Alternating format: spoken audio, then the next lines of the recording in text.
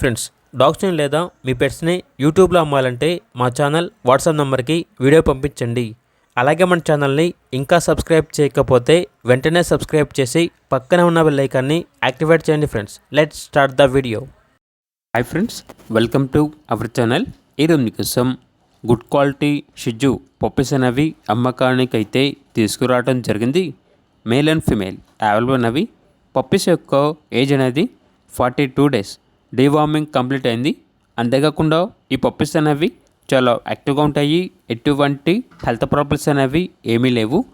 Transportation అనేది కూడా provide చేస్తారు. ఆ ట్రాన్స్పోర్టేషన్కి ఎక్స్ట్రా ఛార్జ్ అవుతుంది.